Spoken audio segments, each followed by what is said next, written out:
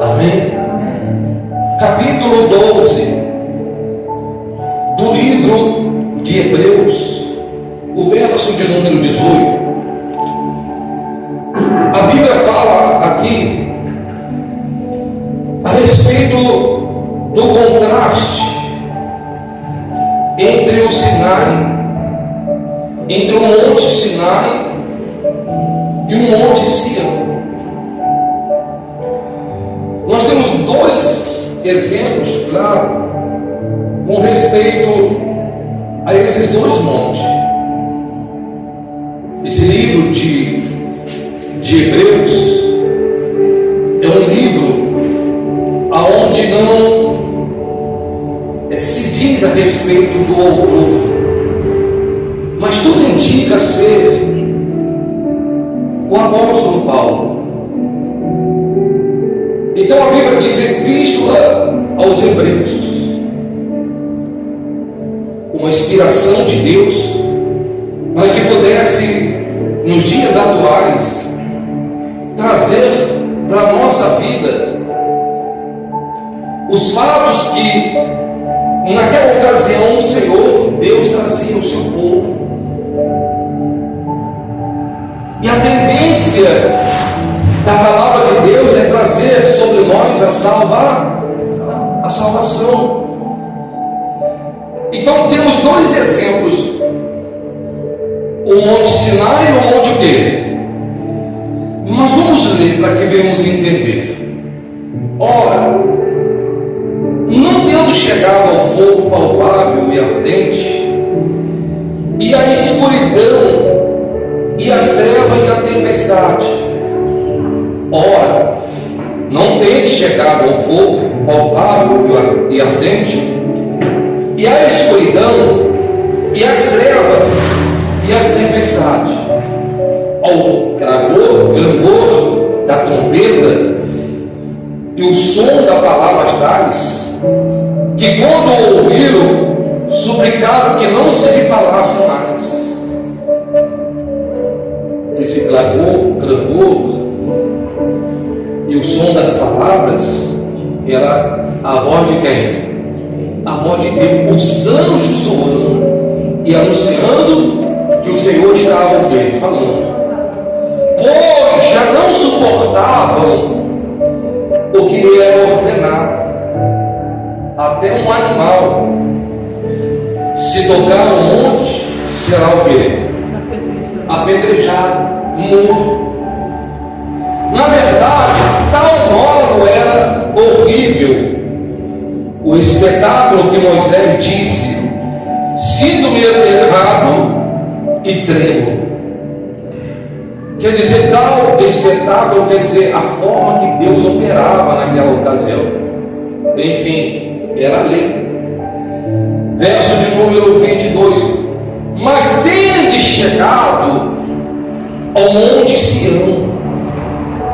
Então aqui ele falou do Monte Sinai, agora do Monte o quê? O Monte Sião.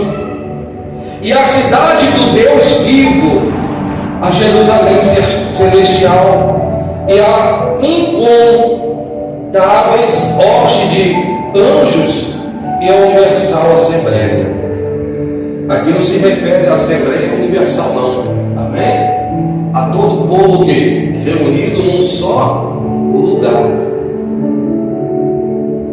A igreja dos primogênitos, arrolados nos céus, e a Deus, o juiz de quem, igreja? O juiz de quem, igreja? E os espíritos do justo aperfeiçoaram. E a Jesus, o mediador da nova o quê? A Jesus o quê? O mediador,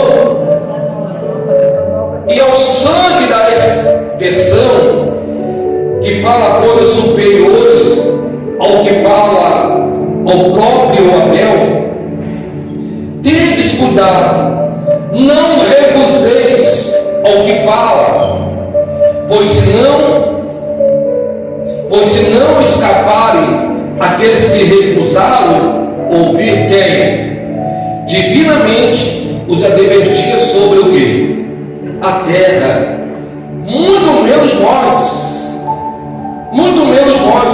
que nos desviamos daquele que dos céus nos o quê? Adverte. Aquele cuja voz abalou, então a terra, agora, porém, ele promete dizendo: ainda uma vez por toda, farei abalar não só a terra, mas também os céus. Ora, esta palavra, ainda uma vez por toda, significa a remoção dessas coisas abaladas, como tinham sido feitas, para que as coisas que não são abaladas, o que? Permaneçam. Por isso, recebemos nós um reino que é igreja inabalável. Retenhamos a graça pelo qual servimos a Deus, de modo que recebemos a graça pela qual servimos a Deus, de modo que com reverência e santo que, porque o nosso Deus é fogo consumidor. Então preste atenção. Aqui no início, no texto, diz o contraste entre Sinai e o que mais? E Sião. Sinai é o monte da lei, aonde Moisés ouviu a voz de Deus e as leis foram estabelecidas, os 10 o quê? Os 10 mandamentos. Então podemos dizer que o Monte Sinai era um monte de ordenanças. Deus dava a ordem e aquele que não cumprisse pagava o preço. Pagava seu preço. Por exemplo, quando nós lemos aqui, no 20 que diz, pois já não suportavam o que lhes era ordenado, até um animal, se tocar no monte, será o quê? Morto. Ele era morto, igreja, porque tocava-se num lugar o quê? Santificado por Deus. Um lugar aonde Deus falava ao seu povo. Você sabe por que o povo pediu para Moisés para que Deus não falasse mais com eles? Porque eles não suportavam, eles tampavam os ouvidos, a voz era tão forte que eles se estremeciam de medo, de temor. Então, ao clamor da trombeta, verso 19, ao som da palavra tais, que quantos os ouvidos suplicaram que não lhe falasse mais. Quer dizer, eles não suportavam Deus falar com eles diretamente. Então, eles mesmos por si, como diz o 20, suplicaram e pediram para Moisés: fala para Deus falar com você, e aí você fala para a gente, transmite para a gente. Você está entendendo? Aí você transmite, porque nós não estamos suportando. Então, a Bíblia diz que, na verdade, tal modo era o quê? O espetáculo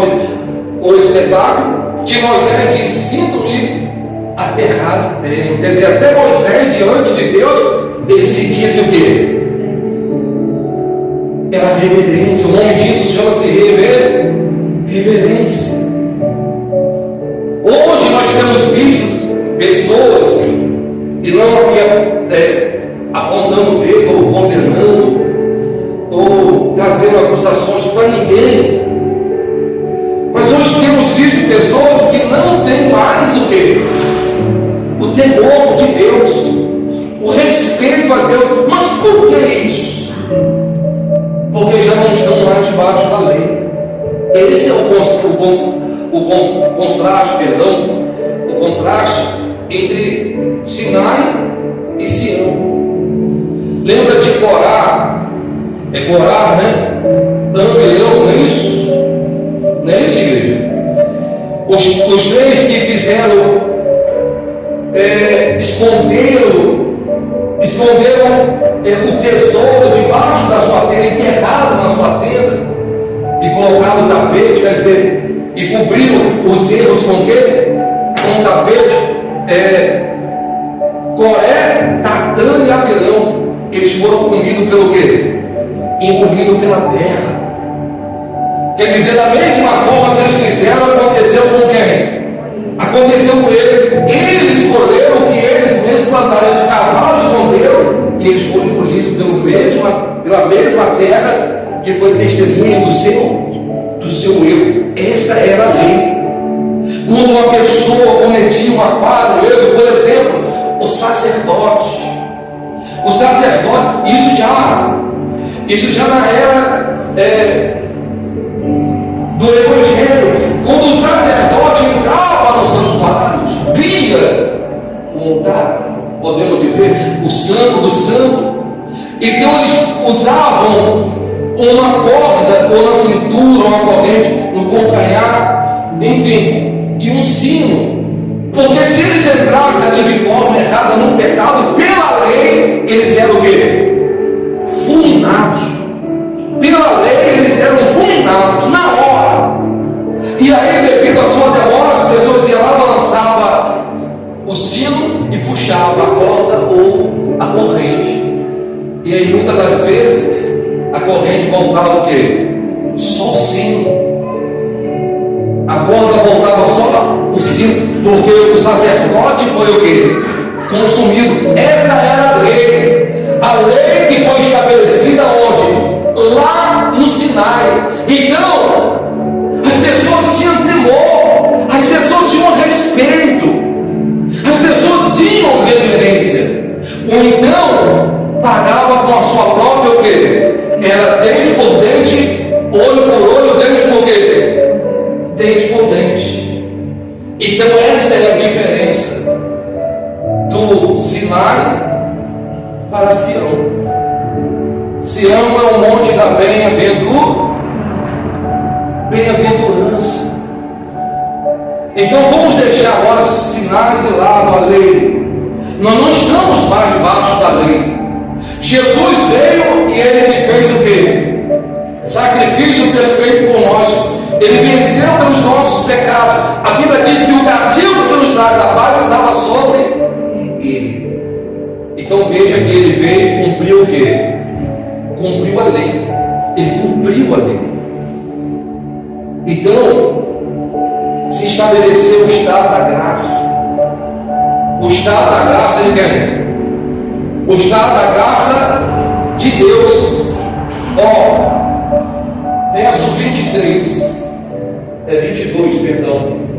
Mas tende chegado ao monte Sião, a cidade do Deus o quê? A Jerusalém celestial, e a incontável hoste de anjo, e a universal e o quê? Repito, depois vai falar, só a universal é Assembleia que vão ser salvos, igual outras denominações aí dizem. Não é isso.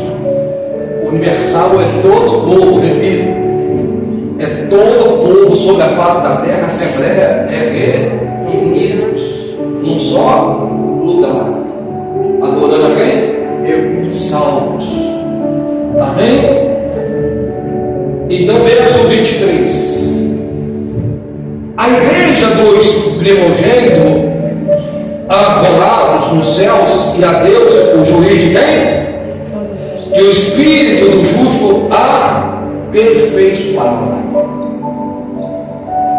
E Jesus, o mediador da nova aliança, e ao sangue da expressão, a expressão que fala coisas superiores ao que fala ao próprio Abel. Então, Jesus veio e quebrou a lei do pecado. A pessoa pecava e era morto. Já não tem mais esse mesmo forma de agir de Deus. Deus, ele age agora pela graça. Por isso que muitos pregadores dizem, pela graça sois salvos mediante ao quê? Então agora, aí a pessoa, isso o diabo até facilita e ajuda e distorce as coisas. Aí a pessoa fala assim, não é bem assim. As coisas não são bem assim. Jesus, ele morreu por nós. Pela graça sois salvos mediante a fé. Agora eu posso crer, eu tenho fé em Deus, então eu vou ser salvo. Mas não. Só vai se você tiver uma vida em santidade diante de quem? Se você viver do jeito que você acha que deve ser, da forma que você acha que tem que viver, pecando, errando, fazendo tudo que é errado, então você vai morrer, vai para o inferno. Infelizmente, você vai para o inferno. Porque você esteve diante da preciosidade que foi o sangue de Jesus derramado por você na cruz do Calvário, para te lavar e te purificar de todo o pecado, mas você preferiu continuar no erro e no pecado. Pecar, todos nós iremos pecar, porque somos todos pecadores. Mas viver na prática do pecado é o que não pode acontecer. Viver na prática do erro, continuamente na prática do erro, isso não pode ocorrer. É falta de temor a Deus, é falta de reverência. Quando nós falamos, quando nós exortamos, quando aquele que o próprio povo pediu, fala com você, Moisés, e pede a Deus para falar com você e depois fala conosco. Quando nós usamos a autoridade dada por Deus, porque se estamos no altar, Deus nos deu uma autoridade para falar sobre a vida de uma pessoa e dizendo para ela, olha, é assim, faça desse jeito. E a pessoa se rebela, sai, ela não está se rebelando e sendo contra mim, não. Ela está se rebelando contra quem? Contra Deus. Ela está faltando com a reverência, essa pessoa está faltando com a reverência, com o temor diante de quem? E isso é grave, porque ela pode correr o risco, ele pode correr o risco de perder a sua salvação.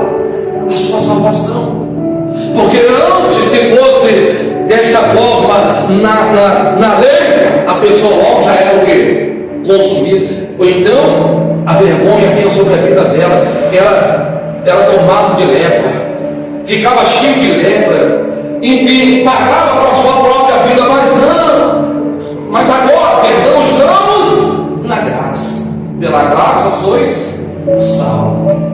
E aí a pessoa sai, conforme o nariz dela aponta, fazendo o que ela acha que é certo, e não está aí quem possa lhe falar que ela está errada, porque ela diz que está o quê? Certa. Porque a graça, ela trouxe essas condições. Amém, igreja? Então, dando continuidade, quando a Bíblia fala aqui no verso 28, vamos lá adiantar aqui, ó. Por isso recebemos um só reino, um só quê? Reino de igreja.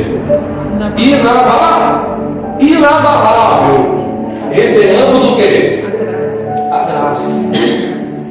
A graça é o poder de Deus, a misericórdia de Deus, pela qual servimos a Deus de modo o quê? Agradável. O que é esse modo agradável aqui? O que você entende desse modo agradável? Se você for olhar para a sua vida, se você for olhar para o seu caminhar, para os seus atos, você está sendo agradável diante de Deus?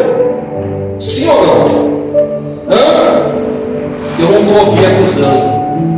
Tudo que eu falo para vocês desse altar serve para mim também. Mas será, se você olhar para a tua vida e analisar agora, você tem servido a Deus de modo agradável, com reverência e santo temor?